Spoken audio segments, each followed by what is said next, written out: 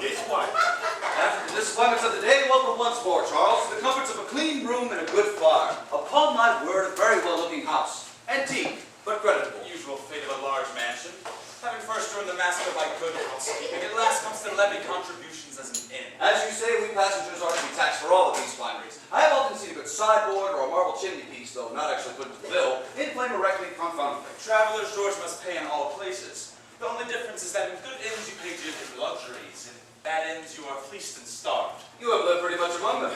In truth, I have often been surprised that you who have seen so much of the world with your natural good sense, your many opportunities, have not yet acquired a requisite share of assurance. The Englishman's malady. But tell me, George, where could have I learned that assurance you talk of? My life has chiefly been spent at a college or an inn, in seclusion from that lovely part of creation that chiefly teaches men confidence. Well, I don't know that I was ever familiarly acquainted with a single modest woman. Except my mother, but among females of another class, you know. Aye, among them you are impudent enough of all conscience. They are of us, you know. But in the presence of women of reputation, I have never seen such an idiot, such a trembler. You look at all the world as if you're wanting an opportunity of stealing out of the room. Man, that's because I do want to steal out of the room. Faith, I have often formed a resolution to break the ice and rattle away at any rate. But I don't know how a single glance from a pair of fine eyes has totally overset my resolution. An impudent man may counterfeit modesty, but I'll be hanged if a modest man can ever counterfeit impudence. But if you could say but half the fine things to them that I've heard you lavish upon a barmaid of an inn or even a college George, coordinator. I can't say fine things to them. They freeze, they petrify me. To me, a modest woman dressed out in all her finery is the most tremendous object of the whole creation. At this rate, man, how could you ever expect to marry? Never. Unless, as among kings and princes, my bride were to be courted by proxy. If indeed, like an Eastern bridegroom, one were to be introduced to a wife he never saw before, it might be adored. But to go through all the terrors of formal courtship, altogether with the episodes of aunts and grandmothers and cousins, and last to blurt out the broad, staring question of, "Madam, will you marry me?" No, this is straying much above me, I assure you. I pity you. But how do you intend behaving to the lady that you have come down to visit at the request of your father? As I behave with all other ladies, bow my head very low, answer yes or no to all her demands. But for the rest, I don't think I shall venture to look into her face till I see my father's again. I'm surprised to see one so warm a friend be so cool a lover. To be explicit, my dear Hastings, my chief inducement was to be instrumental in forwarding your hand. This is not my own. Miss Neville loves you, the family don't know you, and as my friend you are sure of a reception.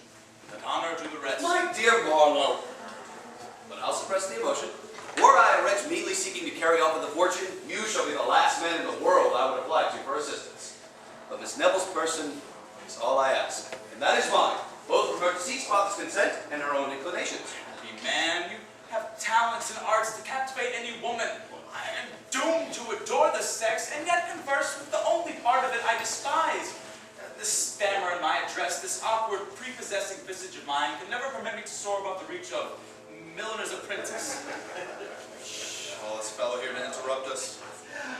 Once more, gentlemen, you are heartily welcome. Which one is Marlowe? You're heartily welcome, sir. It is not my way, you see, to greet my friends with my back to the fire. I like to give them a hearty reception at the gate, in the old style. I like to see their horses and their trunks taken care of. He's got our names from the servants already. We approve your caution and hospitality, good sir. I've been thinking, George, of changing our travelers' dresses in the morning. I've grown confoundedly ashamed of mine. Oh, Mr. Marlowe, I beg you use no ceremony in this house. I fancy, Charles, you're right. The first blow is half the battle. I intend opening the campaign with the white and gold. Mr. Marlowe, Mr. Hastings, I pray, be under no constraint in this house. This is a Liberty Hall, after all. You may do here as you please. Yes, George, if we open the campaign too fiercely at first, we may want ammunition before it is over. I think to reserve the embroidery to secure a retreat. Yeah. Speaking of retreat puts me in mind of the Duke of Marlborough when he went to besiege Denay. He first summoned the garrison. Don't you think the Ventador waistcoat will do with the plain brown? He first summoned the garrison, which might consist of about 5,000 I think men. not. Brown and yellow mixed, but very poorly. I tell you, I will say. He first summoned the garrison, which might consist of about 5,000 men. Girls like finery. Which might consist of about 5,000 men, well appointed with ammunition, stores, and other implements of war. And now, says the Duke of Marlborough to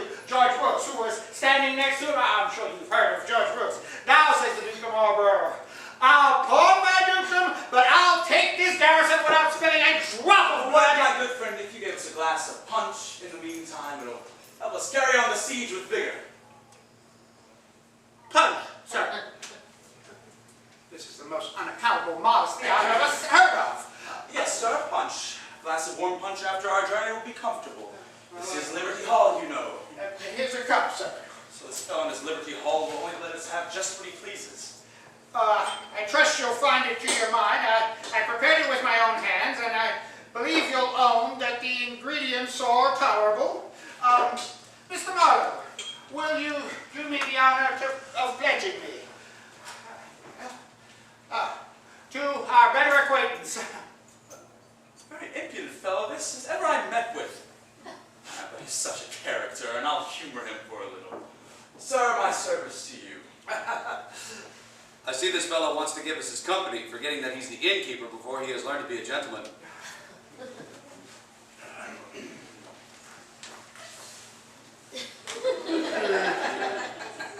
From the excellence of your cup, my good sir, I suppose you have a good deal of business in this part of the country. Warm work now and then at elections, I suppose. Oh, no, I've long given all that over. Since our betters have hit upon the expedient of electing each other, there's no business for those of us who sell ale. So you have no turn for politics, I find. Not in the least. There was a time when I fretted myself over the mistakes of government like other people. And yet, finding myself every day growing more angry and the government no better, I left it to mend itself. Here, sir, my service to you. Do you have an argument in your cup, old gentleman? Better than any in Westminster Hall. Yes, young gentleman. That and a little philosophy. This is the first time I've heard of an innkeeper's philosophy. So, like an experienced general, you attack them on every quarter. You find their reason manageable, you attack them with your philosophy. You find they have no reason at all, you attack them with this. Here's your health, my philosophy. Thank you, thank you. Yes, your generalship puts me in mind of Prince Eugene when he went to fight the Turks at the Battle of Belgrade. Oh, you shall. Instead of the Battle of Belgrade, I believe it's almost time to talk about supper. What has your philosophy got in the house for supper? For supper, sir. Was ever such a request to a man in his own house? Yes, sir, supper, sir. I begin to feel an appetite. I shall make devilish work tonight in larder, I promise you. Such a brazen dog, sure my eyes have never beheld. For supper, sir, well, really, I can't well tell. I leave that to my Dorothy and the cookmaid. They generally settle these things between themselves. They do they? Yes, I leave it entirely to them. By the by, I believe they are on consultation upon what's for supper in the kitchen at this very moment. Well, then, I beg you'll admit me as one of their privy council. It's a way I've got. When I travel, I always choose to regulate my own supper. Let the cook be called. No offense, I hope, sir. No, of course not. But, well, I can't really tell how. You see, our Bridget, the cookmaid, is not very communicative on these occasions.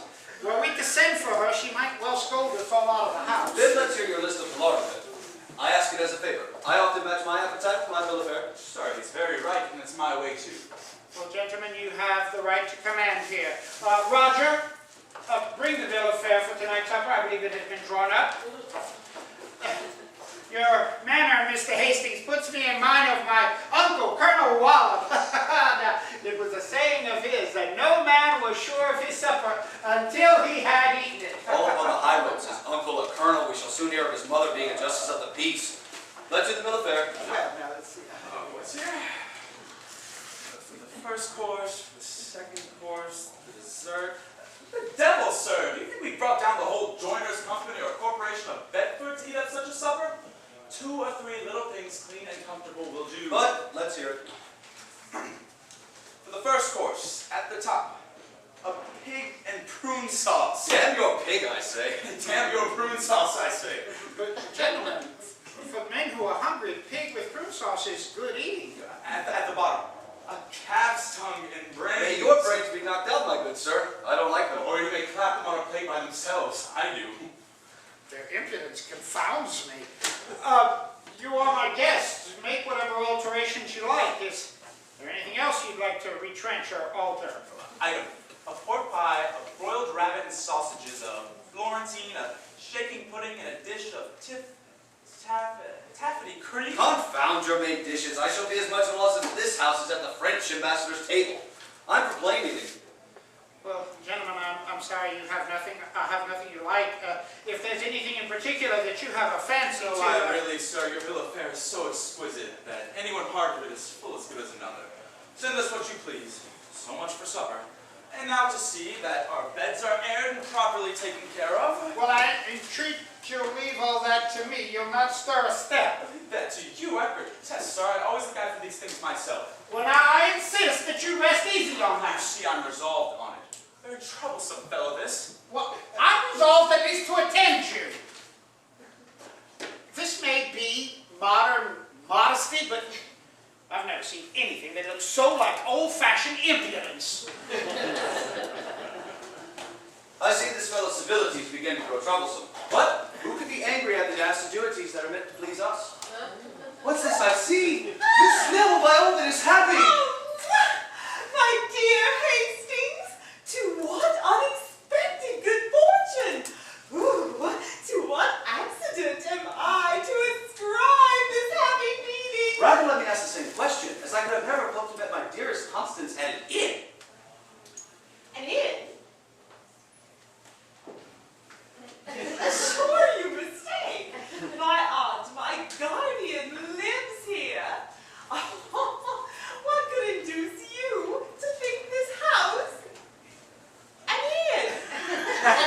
My friend, Mr. Marlowe, with whom I come down, and I have been sent here as to an inn, I assure you. A young fellow whom we accidentally met at a tavern hard by directed us hither. Certainly, it must be one of my hopeful cousin's tricks, of whom you heard me talk so often. An inn. He whom your aunt intends for you. He whom I have just apprehensions. You have nothing to fear from him, I assure you. You'd adore him if you knew how heartily he despises me.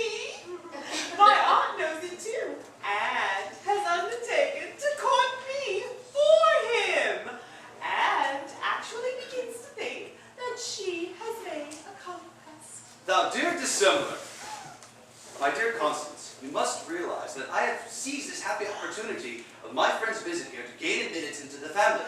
The horses that have carried us are fatigued from their journey, but they shall soon be refreshed, and then, if my dearest girl will put her trust in her faithful Hastings, we shall soon be landed in France. Oh, I have often told you that though ready to obey you, I should yet leave my little fortune behind with reluctance. Oh, the greatest part of it was left me by my uncle, the India director, and chiefly consists in jewels. I have for some time been persuading my aunt to let me wear them. Oh, the instant they are put into my possession, you shall find me ready to make them and myself yours. Perish the baubles! Your person is all I desire. I'm terribly sorry. It's been 6 months, you know. In the meantime, I shall not let my friend make a mistake. I know the strange reserve of his temper is such that if abruptly informed, he would instantly quit the house before our plan was ripe for execution. But how shall we keep him in the deception? Miss Hardcastle is just returned from walking. What if we still continue to deceive him? Oh, this way. The assiduities of these good people tease me beyond bearing. My host seems to think it ill-mannered to leave me alone. So he claps not only himself, but his old-fashioned wife on my back. They talk of coming to sup with us, too. Then I suppose we're to run the gauntlet through the rest of the family. But what have we got here? My dear Charles, let me congratulate you. The most fortunate accident. Who do you think just alike? I cannot guess. Our mistress's boy, Miss Hardcastle and Miss Neville. Give me leave to introduce Miss Constance Neville to your acquaintance. Happening to dine in the neighborhood, they called and reserved to pick up fresh horses here. Miss Hardcastle has just stepped into the next room and will be back in an instant. Wasn't it lucky, huh? I've just been mortified enough of all conscience, and here comes something to complete my embarrassment. Well, but wasn't it the most fortunate thing in the world? Yes, very fortunate, a most joyful encounter. But our dresses, George, you know, are in disorder. What if we shall postpone the happiness till tomorrow? Tomorrow at our own house, it will be every bit as convenient and rather more respectful. Tomorrow, let it be... By no means, sir. Oh, your ceremony will displease her. The disorder of your dress will show the ardor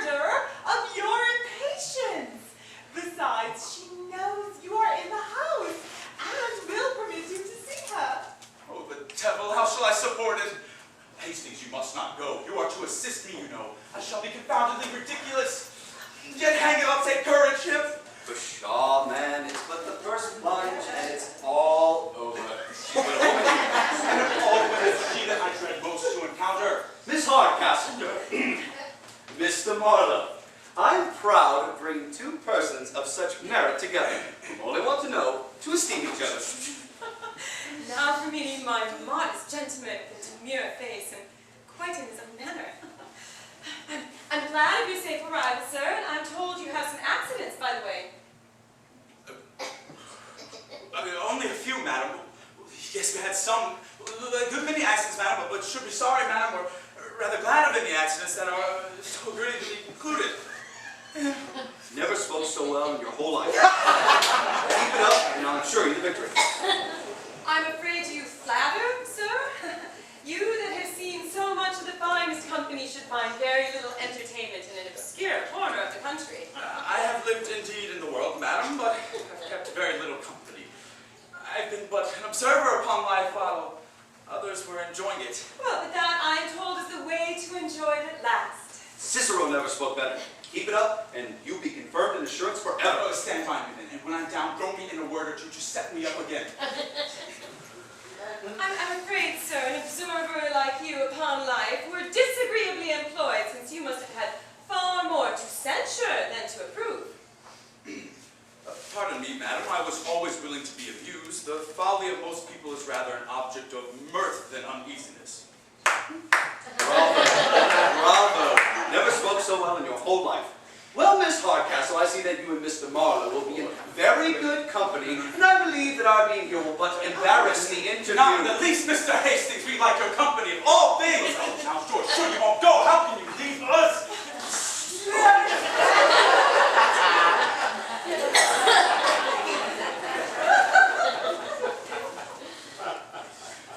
I presume, sir, that you've not been wholly an observer. The ladies, I should hope, have employed some of your addresses. Pardon me, madam, I as yet have studied only to deserve them. And that, I am told, is the worst way to obtain them. Perhaps so, madam, but I love to converse with the more grave and sensible part of the sex. But I'm afraid I grow tiresome, madam. Not in the least, sir. There's nothing I enjoy so much as grave conversation myself. I could hear it forever. Indeed, I've often been surprised at how a man of sentiment could ever admire those light, airy pleasures where nothing ever reaches the heart. It's a disease of the mind, madam. In a variety of tastes, there must be some who wanting relish for... I understand you, sir. There must be some wanting a relish for refined pleasures, pretend to despise what they're incapable of tasting. My meaning, madam, but infinitely better expressed. And I can't help but observing. Who could ever suppose this fellow impudent upon some occasion? You were observing, sir? I was observing, madam. Test, madam, I forgot what I was going to observe. I vow, and so do I. You were observing, sir, that in this age of hypocrisy, something about hypocrisy. Yes, madam. In this age of hypocrisy, there are a few upon strict inquiry that do not... I understand you perfectly.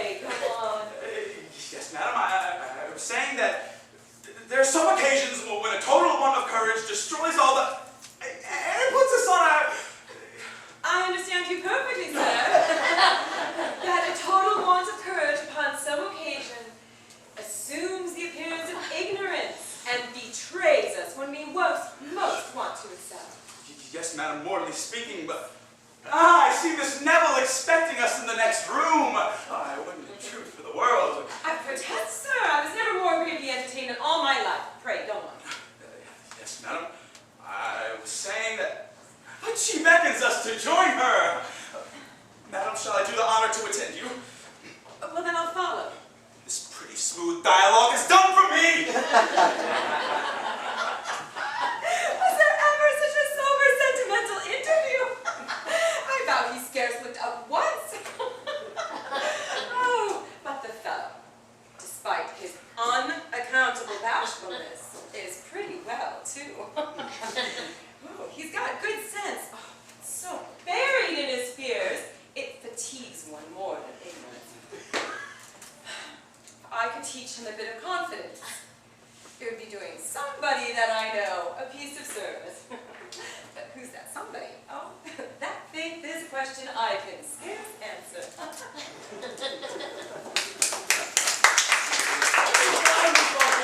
No wonder you guys seem to be so very engaging. I hope, cousin, one may speak to one's own relation and not be too lame. I don't know what sort of relation you want to make of me, and it won't do. I tell you, Cousin Colin, it won't do. So pray keep your distance. I want no closer relation. Now, Mr. Hastings. Oh, you're very entertaining. There's nothing in the world I love to talk of so much as London and the fashions, though I was never there myself. Never there. You amaze me. From your air and manner, I conclude that you have been bred all your life either at Ranelagh, St. James's, or Tower Wharf. Oh, you're only pleased to say so.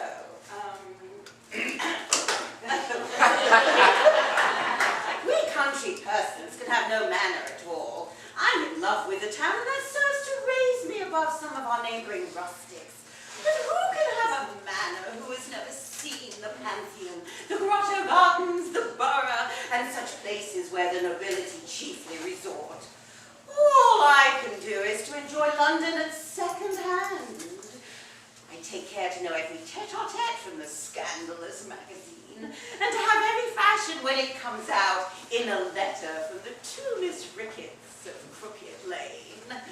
Pray, how do you like this head, Mr. Hastings? Very elegant and dégagé, upon my word, madam. Your frisier is a Frenchman, I suppose. Oh, I protest! I dressed it myself from a print in the ladies' memorandum book for the last year. Indeed, such a head and a side box at a playhouse would gather as many gazers as my Lady Mayoris at the city ball. Oh, I vow, since inoculation began, there's no such thing to be seen as a plain woman. So one must dress a little particular, or one may escape in the crowd. Oh, that could never be your case, madam, in any dress. What signifies my dressing when I have such a piece of antiquity at my side as Mr. Hardcastle? All I can say can never argue down a single button from his clothes. Ooh, I've often wanted him to throw off his great flaxen wig, and where he was bald, to plaster it over like my Lord Pately with powder. Well, you are right, madam. As among women, there are none ugly. Among men, there are none old. But what do you think his answer was?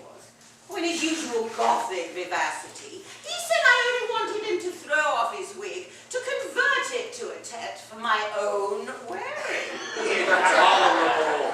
At your age, you must wear what you please, and it must become you. Really? What do you take to be the most fashionable age about town, Mr. Hastings? Some time ago, 40 was all the mode, but I am told the ladies intend to bring up 50 for the ensuing winter. Oh, seriously? Then I shall be too young for the fashion. No lady begins to put on jewels until she's past 40. For instance, Mr. in the polite circle would be considered a child. Yes. Mistress Niece thinks herself as much a woman, and is as fond of jewels as the oldest of us all. Your niece, is she? And that young gentleman over there, a brother of yours, I should suppose? My sons. Oh, they are contracted to each other. Observe their little sports. They fall in and out 10 times a day as if they were man and wife already.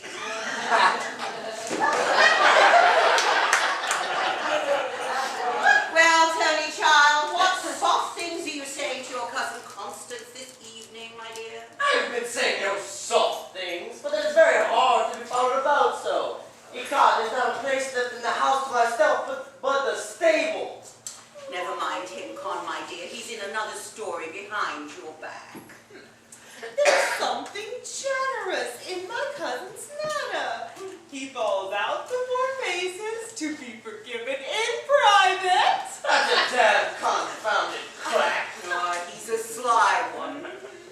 Don't you think they like each other about the mouth, Mr. Hastings?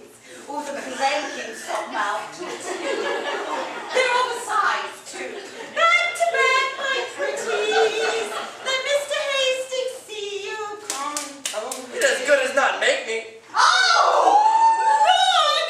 He's almost cracked my head! Oh, the monster! For shame, Tony. You a man and behave so. If I'm a man, then let me have my fortune. Begone! I'll be made a fool of no longer. Oh, this ungrateful child. All that I'm to get for the pains I've taken in your education. I that have rocked you in your cradle and fed that pretty mouth with a spoon. Did not I work that waistcoat to make you genteel? Did not I prescribe for you every day and weep while the remedy was operating? Begone, Mom. You had reason to weep. You have been dosing me ever since I was a child. I've been through every remedy in the Complete Housewives 10 times over. And you had thoughts of coursing me through Quincy's home medication dictionary next spring? Begone! I'll be made a fool of no longer. Or wasn't it all for your good, Viper? Wasn't it all for your good? I wish you'd let me and my good alone, snubbing this way, when I am in spirits. Oh, it's false, Tony. I never see you in spirits. Oh, no, that's when you go to the alehouse or kennel. I'm never to be delighted with your agreeable wild notes. Unfeeling monster. Your notes are the wildest of the two. Oh, was ever the like? But I see he wants to break my heart. I see he does. Dear madam, permit me to lecture the young gentleman a little. I'm sure I can persuade him to his duty. I must retire. Come, Constance, my love. So you see, Mr. Hastings, the wretchedness of my situation. Was ever poor woman so plagued with a dear, sweet, pretty, provoking, undutiful boy? Oh, oh. If there was a man of bride by the same note avenue. Don't mind her. Let her cry. It's the comfort of her heart. I seen her and sister cry over a book for an hour together. And they said they liked the book the better the more it made them cry. So, you're no friend to the ladies, I find, my pretty young gentleman. That's as I find it. Not to her of your mother's choosing, I dare answer. But to me, she seems to be a pretty, well-tempered girl. Aye. Because you don't know her as well as I do. I know every inch about her, and there's not a more bitter, cantankerous toad in all of Christendom. Pretty encouragement, this for a lover. I've known a side of that, and she has more tricks than a hare in a thicket or a colt on first day's breaking. Well, to me, she seems sensible and silent. Yes, before company, but when she's with her playmates, she's as loud as a hog in a gate. But there's a meek modesty about her that just charms me. Yes, but curb her never so little, and she kicks up, and you're flung in the ditch. Well, you must allow her a little beauty. Yes, you must allow her some beauty. Bedbox! She's all a made-up thing, man. Ah, but could you see the bouncer of these parts? You might then talk of beauty. She has two big, brown eyes. As black as sloes and cheeks as broad and red as pulpit cushions. She'd make two of sheep. Well, what say you to a friend that would take this bitter bargain off of your hands? None. Would you be grateful if said friend were to take Miss Neville and leave you to happiness and your dear Betsy? Yes, but where is there such a friend who would take her? I am he. And if you but assist me, I'll engage to whip her off to France and you shall never hear more of her. Assist you? Egad, I will! To the last drop of my blood, I shall clap a pair of horses to your shades that'll trundle you off in a twinkling. And maybe get your piece of rusted fortune, besides in jewels that you little dream of. My dear squire, this looks to be a lad of spirits. Then come with me. You shall see more of my spirits before we are through. We are the boy that